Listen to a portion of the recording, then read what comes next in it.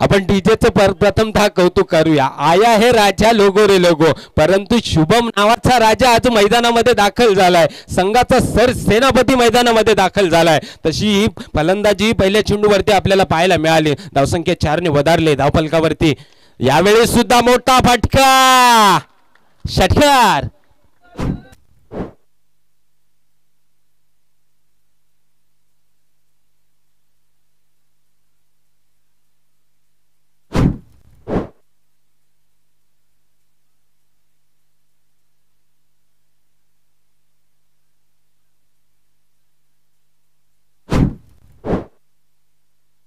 Thank you DJ. मैदानामध्ये 18 चेंडू टाकण्यात आले आणि 18 चेंडूमध्ये तब्बल 45 धावा आल्यात.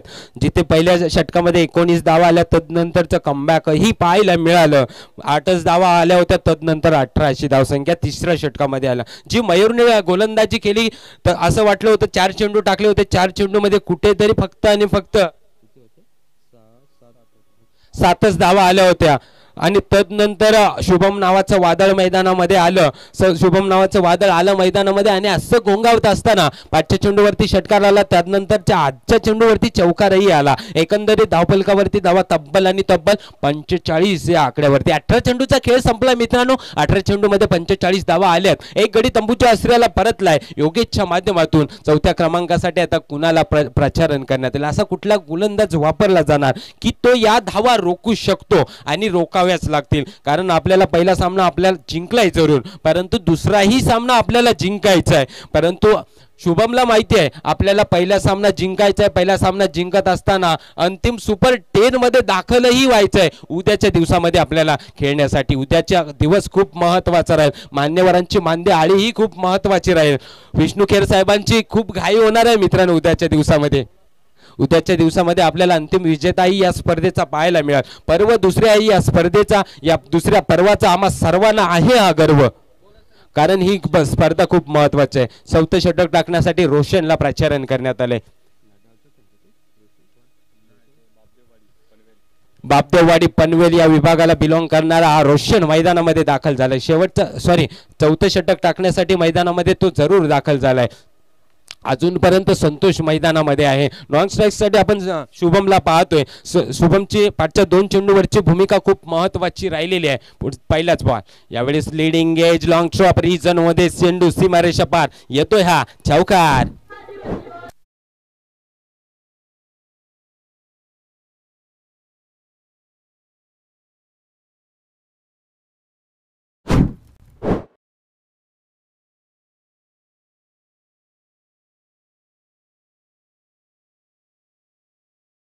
डीजे. धावसंख्या पुन्हा एकदा 4 ने वधारेल. धावफलकावरती धावा वाढतील 49 या आकड्यावरती. रोशनची ती पहिलीच गोलंदाजी.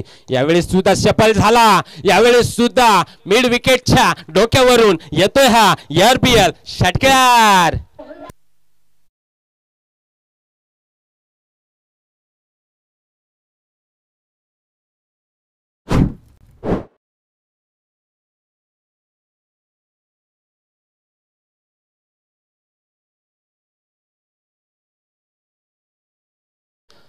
षटकार आलाय. धावफलकावरती तब्बल 55 धावसंख्या. पहिल्या चेंडूवरती षटकार, चौकार, तदनंतर एक षटकार. यावेळेस सुद्धा फटका मोठा आहे. एलिव्हेशन तितकंसं मिळालं नाहीये. चेंडू खाली क्षेत्र रक्षक फलंदाज back to the guard.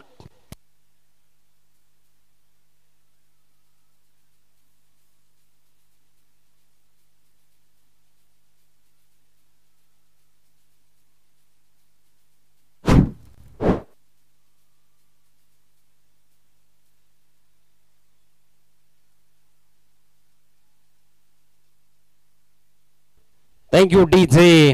कमबॅकिंग cricket आपल्याला पाहायला मिळालं. 5च्या चेंडूवरती एक षटकार आला होता, तदनंतर कमबॅक पाहायला मिळालं. एक विकेटही आपल्याला पाहायला मिळाली. 10 चेंडू त्याने स्पेस केले. 10 चेंडू खेळत असताना तब्बल 35 धावा त्याच्या बॅटमधनं आल्या. संतोषची कामगिरी खूप महत्त्वाची राहिलेली आहे. सलामीवीर म्हणून तो मैदानामध्ये दाखल झाला. सलामीवीराची भूमिका कशी असावी तर ती संतोष सारखी असावी. त्याच पद्धतीची फलंदाजी गोलंदाजाचंही आपण कौतुक करूया. 5च्या चेंडूवरती षटकार आला होता, तदनंतर आपल्याला एक विकेटही पाहायला मिळालं. मैदानामध्ये काय घडलं, 4 दिवस सासूचे आणि 4 दिवस सुनेचेही असतात, तसंच दृश्य आपल्याला मैदानामध्ये पाहायला मिळालं. एक तेरी एक मेरी. कधी नडाल संघाकडे सामना चुकतोय, अजूनपर्यंत उत्तरार्धाचा खेळ बाकी आहे, परंतु आपण विश्लेषण करू शकतो. या विश्लेषणामध्ये खूप महत्त्वाची भूमिका राहिली आहे दोन्ही संघाची. चौथं षटक टाकण्यासाठी रोशनला प्राचारण करण्यात आलं. एक विकेटही आपल्याला पाहायला मिळालं. पुढे लेनचा चेंडू, त्या चेंडूवरती खूप मोठा फटका खेळायचा होता, परंतु प्रयत्न असफल झालेत. सुनीलने खूप चांगले प्रयत्न केले. तो आल्या पावली मोठमोठे फटके मारण्यासाठी जरूर जाणला जातो, परंतु फटके मारत असताना तितकंसं गोलंदाजाचं कौतुक करूया. कौतुकास्मय पात्र अशी गोलंदाजी या 2 चेंडूवरती सातत्याने राहिलेली आहे, परंतु एक विकेट सुद्धा आपल्याला पाहायला मिळालं. सलगच्या 2 चेंडूवरती 2 डॉट स्वरूपाचे चेंडू. यावेळीच मोठा फटका, एलिव्हेशन मिळालं आहे का, नाही आहे. फलंदाज बॅक टू टेक आउट.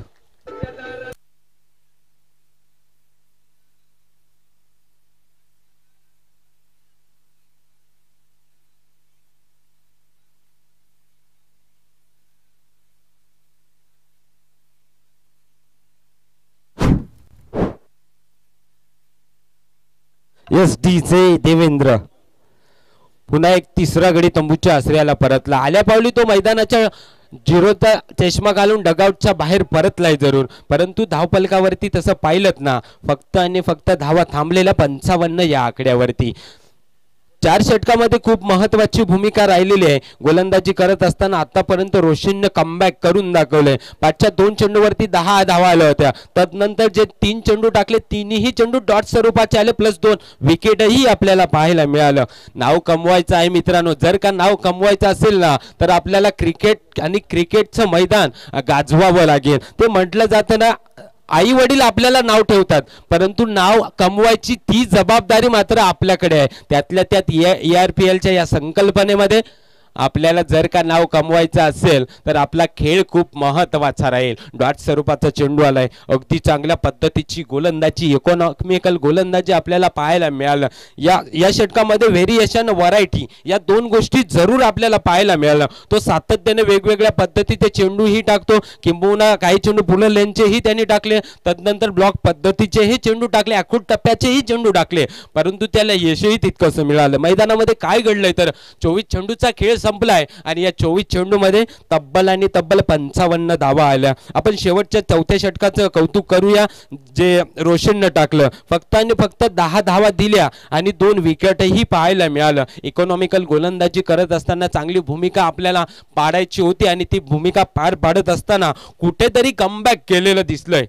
शेवटच्या आणि स्लॉगवरचं षटक टाकण्यासाठी आता मात्र कुणाला प्राचारण करण्यात येईल, कोणत्या गोलंदाजावरती विश्वास धाडला जाईल, हा विश्वास खूप महत्त्वाचा असणार आहे. या विश्वासावरती सार्थ व्हायचं असेल आपल्याला गोलंदाजी खूप महत्त्वाची करायची आहे. परंतु फलंदाजाचंही कौतुक करूया. शुभम नावाचं वादळ अजून सुद्धा मैदानामध्ये येणं बाकी असणार आहे.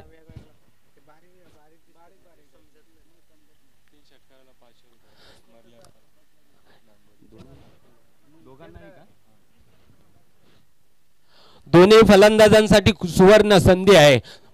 सलगच्या 3 षटकारासाठी 500 रुपयाचं कॅश प्राइज, अर्थात संतोषजी मर्ले साहेबांच्या माध्यमातून सलगच्या 3 चेंडूवरती 3 षटकारासाठी 500 रुपयाचं कॅश प्राइज आहे. मान्यवरांच्या हस्ते या ठिकाणी कॅश प्राइज दिलं जातंय जरूर, परंतु तसा खेळही खूप महत्त्वाचा राहणार आहे. स्ट्राईकसाठी आपण पाहतोय शुभम नाईकला मैदानामध्ये पाहतोय. शुभम या षटकामध्ये एखादा मोठा फटका पाहायला मिळणार का? सगळ्या रसिक प्रेक्षकांमध्ये एकच दळदळ उरले असेल. हा आलाय षटकार, ARPL येतोय हा षटकार.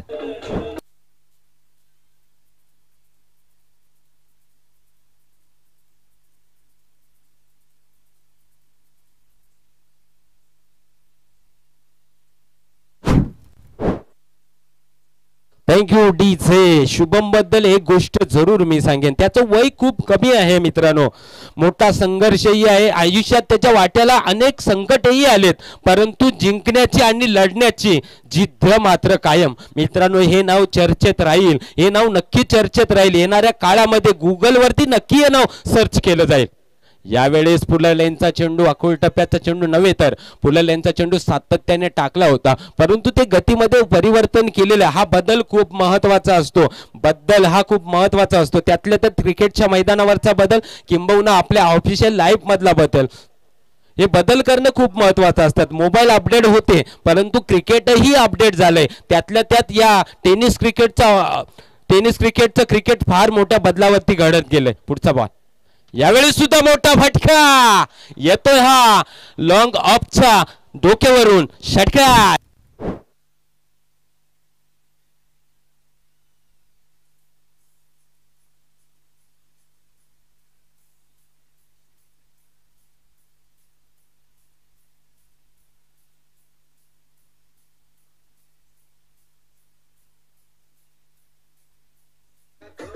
Thank you DJ. आता मात्र या समुद्रामध्ये एक मोठं जहाज आलंय आणि ते जहाज एवढं फास्ट चालतंय ना, शुभम नावाचं चांगल्या पद्धतीची फलंदाजी करतोय तो. पुढचा बॉल स्ट्राईक साठी यावेळेस शुभम, यावेळेस सुद्धा सलगच्या 2 चेंडूवरती दुसरा आरबीएल षटकार.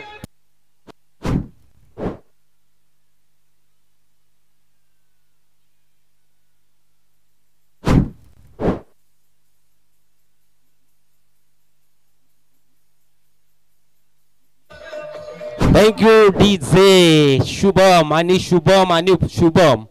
शुभम नावाचं वादळ मैदानामध्ये गुंगावतंय. आज त्याचा खूप महत्वाचा दिवस राहिलेला आहे. अनेकदा ओपनचं क्रिकेटही तो खेळलाय, तर गावासाठीचंही क्रिकेट खेळलाय. आज प्रीमियर लीगचं तो क्रिकेट खेळतोय. पुढचा बॉल हॅट्रिकची संधी. यावेळेस ब्लॉक पद्धतीचा चेंडू ब्रेकर बॉल सातत्याने टाकला गेला, सन्मान दिलाय. तद्वर फील्ड करेल, थ्रो करेल. 2 धावा नक्की अर्जित करण्यात आल्या. धावसंख्या 2 ने वधारले. एकंदरीत धावफलकावरती नजर टाकूया. 75 अशी धावसंख्या, 75 अशी धावसंख्या. खूप महत्वाची भूमिका. एका बाजूला आपण अविनाश वाघला पाहतोय, त्याच्या विरोधात शुभम नाईकला पाहतोय. ही 2 खेळाडूंमधली जगदोजहद आपल्याला सातत्याने पाहायला मिळते. एका बाजूला रोहन 11 पाहतोय, त्याच्या विरोधात जीवांश 11. या 2 संघांमधले जीवांश 11 गुंडवाळ या 2 संघांमधली जगदोजहद. यावेळी सुद्धा मोठा फटका. So adequate, so beautiful, just looking like a wow.